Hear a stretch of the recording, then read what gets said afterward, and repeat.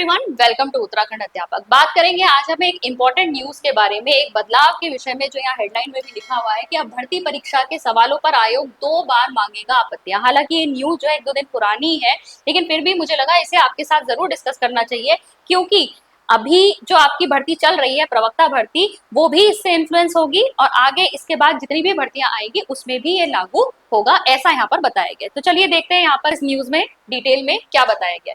तो यूकेपीएससी की भर्ती परीक्षाओं में प्रश्न पत्र का नया आपत्ति मॉड्यूल लागू।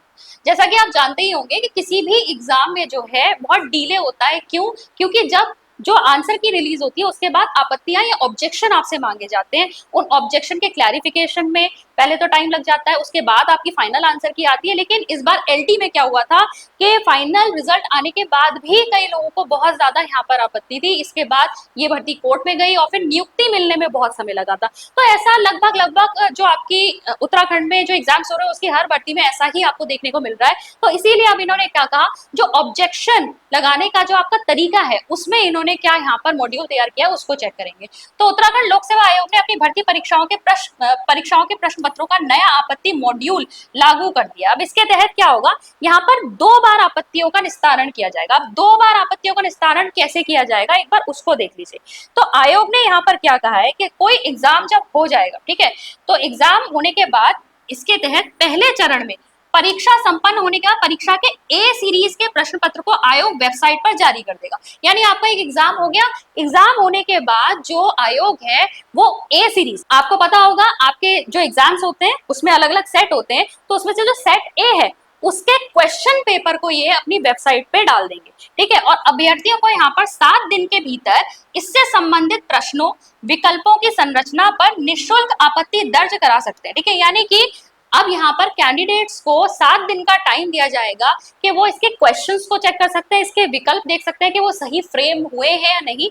इसके ऊपर वो अपना ऑब्जेक्शन यहाँ पर दर्ज करा सकते हैं और ये निःशुल्क है, यहाँ पर आपसे कोई फी नहीं ली जा रही। तो अभी सिर्फ क्या हो रहा है, जो स्ट्रक्चर ऑफ क्वेश्चंस है, जो फ्रेम आपका क्या है क्वेश्चंस का, या फिर जो आपके ऑप्शंस है, अभी सिर्फ उसके ऊपर कोई आपत्ति नहीं है, वो आपसे मांगी जा रही है, ठीक है। इसके अनुसार इसके बाद क्या किया जाएगा, इन आपत्तियों का निपटारा करने के बाद आयोग उत्तर कुंजी यानी आंसर की जो है वो जारी करेगा।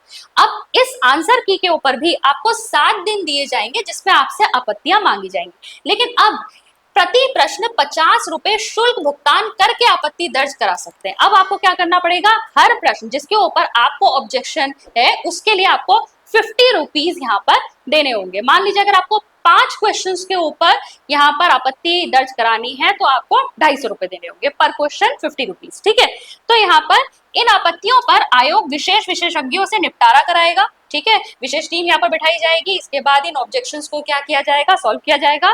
फिर उनकी संस्तुतियों के आधार पर अंतिम आंसर की तैयार की जाएगी और रिजल्ट और जो फाइनल आंसर की है वो यहाँ पर एक साथ, ठीक है, रिजल्ट और अंतिम आंसर की एक साथ जारी होगी, ठीक है। एक साथ वो फाइनल आंसर के साथ जो है रिजल्ट जारी कर देंगे, पहले भी ऐसा ही होता था। दोनों चरणों की आपत्तियां केवल ऑनलाइन माध्यम से ही ली जाएंगी और कोई अन्य माध्यम स्वीकार नहीं किया जाएगा।